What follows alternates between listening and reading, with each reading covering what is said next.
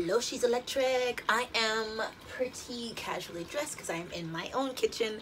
I have decided to install this adorable little halo recessed light fixture. Originally, I wanted recessed lighting in all of my house, but at the time, I couldn't find anything small enough to fit in that shallow little opening. So I recently installed some of these for some other client, and I was like, you know what? I think that would work perfect in my house. So I have like a dark spot. You can't see it now because it's perfectly sunny outside, which I'm happy for because I'm doing this with electricity off.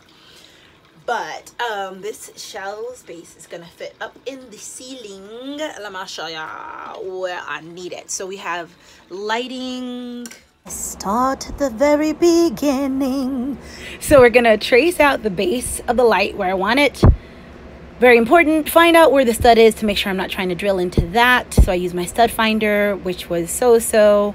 Also going to use the fish tape to feed over the wire once we get the holes. Now that I've traced out the hole I want to make, I don't have a hole saw, so I just make a lot of little holes and basically connect the dots with my regular hand saw, which is pretty sharp, and it's just paneling, so it takes no time at all to cut through it. And you see the styrofoam is my insulation. I removed that out of the way too. And now we're going to drill a hole through the stud to get to the access point. I'm feeding it from the other light fixture that was already there. You see here, using the fish tape to try to get the wire over. Especially since I can't get in the attic, the fish tape is really the only way to try to shoot it over there and then feel around. So this is where I'm getting the power from, where one of my pendant lights is hanging.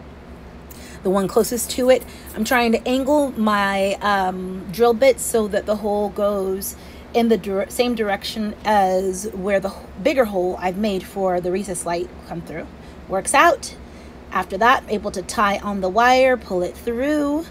This kit is actually made to retrofit something, a recessed can maybe that was not LED. So I cut off that part that could just screw in to like a regular light bulb socket because I don't have one, and just connected it to the 120 volts.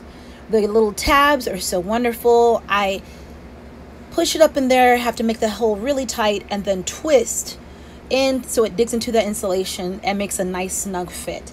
If of course it's not tight enough, you could always add a little bit of caulking around the outside, but look at the results, guys.